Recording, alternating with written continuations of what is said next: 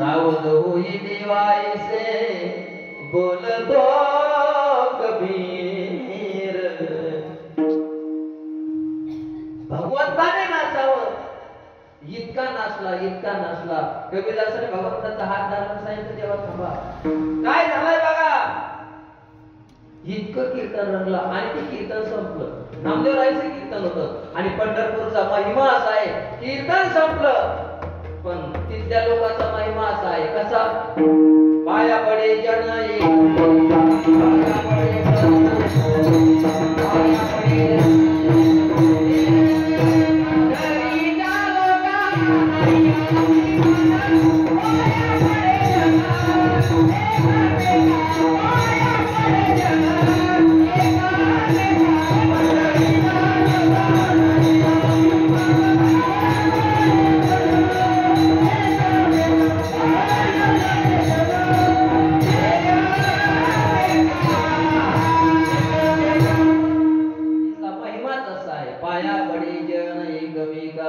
नामदेवरायचं कीर्तन संपलं सगळे नामदेवरायच्या पाया पडत होते पण नामदेवराय खाली वागत नव्हते नामदेवरायने मनामध्ये विचार केला आताच माझं कीर्तन संपलं आणि आताच कीर्तन संपून भगवंत माझ्या कीर्तनात नाचलाय लोक माझ्या पाय पडतात ते योग्य आहे खरंच नाही भगवंत माझ्या हाताने नैवेद्य ग्रहण करतोय मग देव माझ्या हाताने जेवतो लोक पाय पडतात खरंच आहे बरोबरच आहे सगळे पाय पडतात नामदेवराय खाली वागत नाही सगळ्या संतांनी दर्शन घेतलं माऊली ज्ञानोबारायांनी घेतलं सोपान काकांनी घेतलं निवृत्तीनाथांनी घेतलं गोरोबा काकांनी घेतलं सावका महाराजांनी घेतलं नरहरी महाराज सगळ्या लोकांनी दर्शन घेतलं गोरोबा काकांनी मुक्ताला विचारलं मुक्ते काय काका तुला नाही का दर्शन घ्यायचं मला नाही काका याचा आणि अहंकार गेला नाही आणि जोपर्यंत अहंकार जात नाही तोपर्यंत मी याचं दर्शन घेणार नाही नामदेवराला ऐकू जाईल असंच बोलले महाराज काही माणसाचा आवाजच मोठा असतो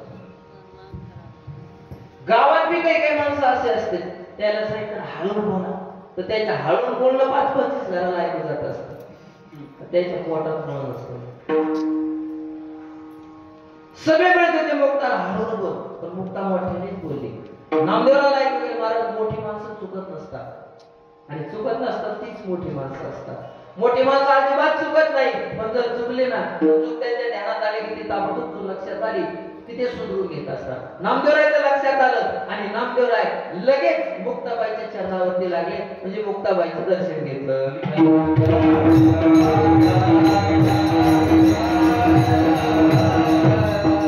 मुक्ताबाई नामदेवरायला बोलल्यामुळे नामदेवराय आमच्या वारकरी संप्रदायात आले आता राहिले माऊली ज्ञानोबा पण माऊली ज्ञानोबा मोठे आहे आणि मुक्ताबाई लहान आहे मग लहानाने मोठ्याला उपदेश करावा का असा योग्य होऊ शकतो का कोणी केला का विठाला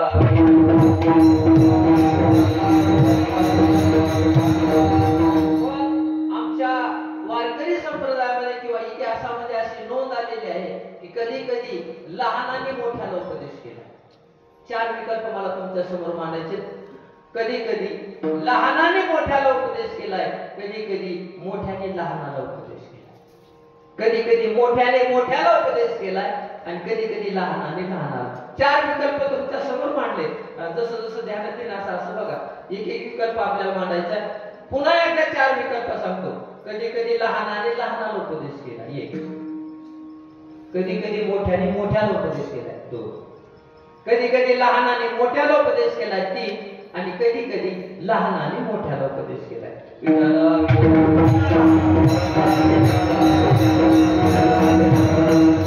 कधी कधी लहानाने लहानाला उपदेश केलाय आम्ही जीवावं आमच्या आई वडील सुद्धा जीव आहे लहानाने लहानाला उपदेश केलाय आमचे आई वडील आम्हाला सांगत असतात असं कर तसं करू नको अभ्यास कर शाळेत जा असं वागू नको तसं वागू नको असं केले ना असं म्हणजे हे लहानाने लहानाला उपदेश केला आमचे आई वडील सुद्धा आम्हाला सांगत असतात म्हणजे लहानाने लहानाला उपदेश केलाय कधी कधी मोठ्याने लहानाला उपदेश केलाय म्हणजे महानाने लहानाला मोठ्याने तुकोबाराय महान आहे तुकोबाराय मोठे तुकोबरा आम्हाला उपदेश करतात. तुकोबरा किती मोठे आहेत?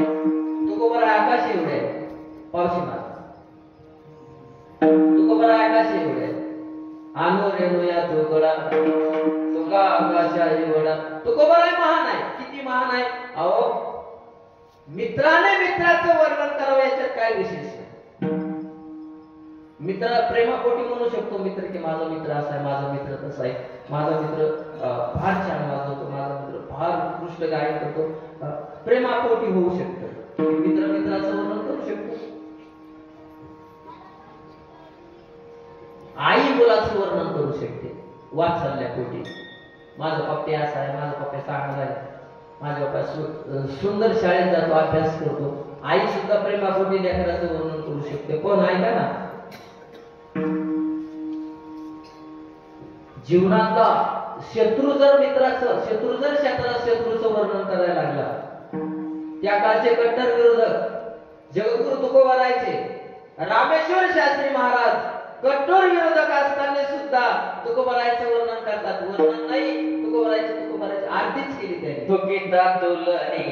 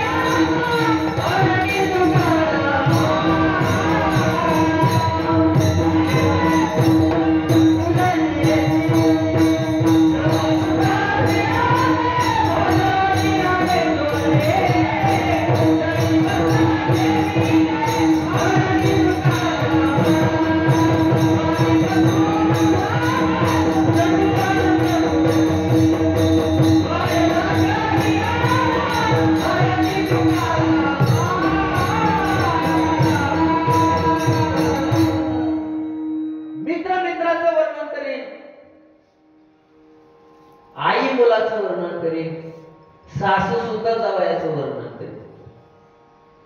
पण शत्रूंनी वर्णन करावं. जगद्गुरु तुकोबराय महान आहे. किती महान आहे? आता आमच्या पावशी महाराजांनी सुंदर प्रमाण दिले. तू किता तुला नेसी ब्रह्म तुकासी आले म्हणून रामेश्वरी चरणी मस्तक ठेविले. आरती तुकारामा स्वामी सद्गुरुदामा सच्चिदानंद मूर्ती पाय दाखवे आम्हा. आरती तुकारामा. तुकोबराय महान आहे, मोठे आहे. पण तुकोबराय आम्हाला उपदेश करतात. आम्ही लहान आहोत, पण लहान असणारे तुकोबराय आम्हाला उपदेश करतात. आता तरी पुढे हाची उपदेश नका करुणास आयुष्याचा. तुकोबराय महाराज आम्हाला सांगतात, आता तरी पुढे हाची उपदेश किंवा जोडून या धन उत्तम व्यवहारे उदास विचारे. तुकोबराय महाराज आम्हाला उपदेश करतात. उपदेश हे प्रकरणाचे उपदेशाचे गाठ्यामध्ये उपदेशाचे एक मोठं प्रकरण. उपदेशाचं प्रकरण आहे. चार चरणाचेच अभंग आहे गाठ्यात बहुतेक. मला एक जण विचारलं, महाराज हे 4 चरणाचेच अभंग करून घेते महाराज लोक. तर मी त्याला सहज सांगितलं होतं की खाली बसलेले 2 चरणाचे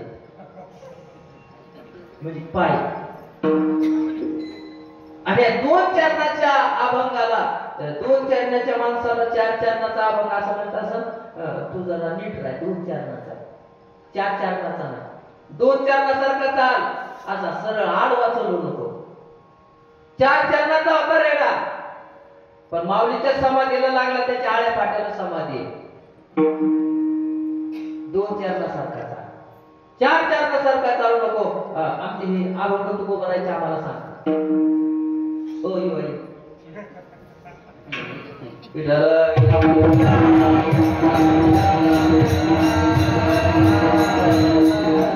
तुकोबराय महान आहे, तुकोबराय मोठे आहेत, पण आम्हाला उपदेश करतात. आता तरी पुढे म्हणजे महानाने लहानाला उपदेश केला. 2 विकल्प आहेत. कधी कधी महानाने महानाला उपदेश म्हणजे मोठ्याने मोठ्याला उपदेश केला. तुकोबराय महान आहे, महान असणारे तुकोबराय महानाला उपदेश करतात.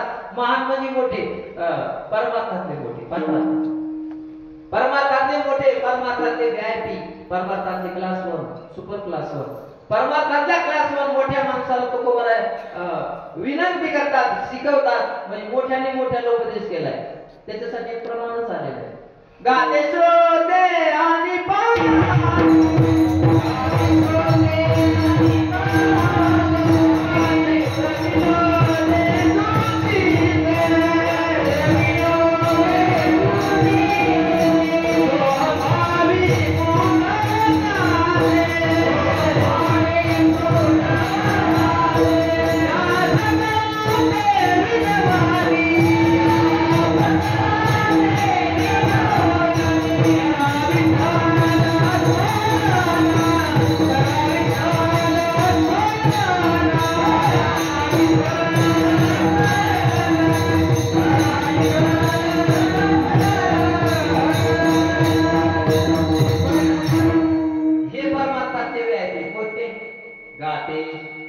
गाते म्हणजे आता आम्ही गातो हे गाते नाही.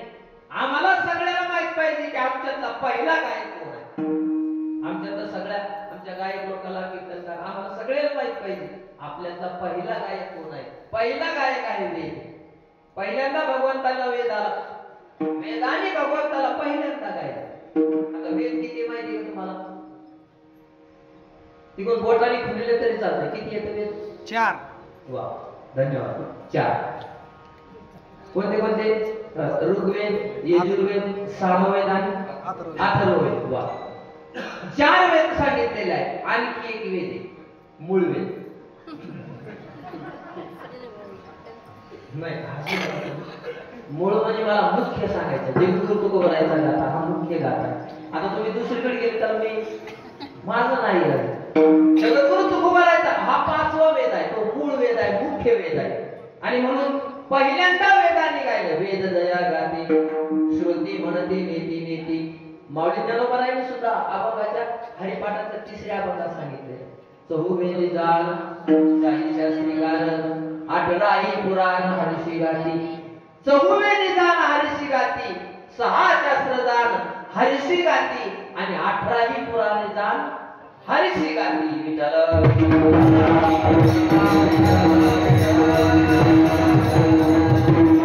पहिल्यांदा वेदाने गायलं म्हणजे गाते गाते.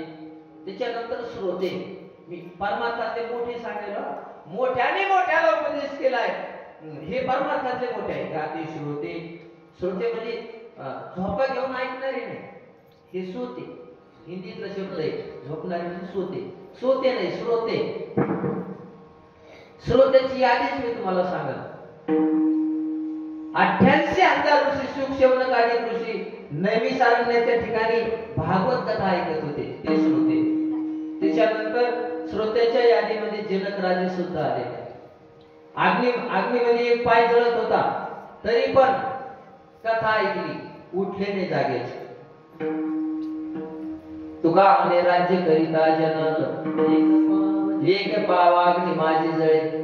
त्याच्यानंतर श्रोत्याच्या यादीमध्ये परीक्षिती राजा. 7 दिवसापर्यंत मांडी सुद्धा मोडली नाही आणि मुक्ती सुद्धा. 7 दिवसा मुक्ती झाली.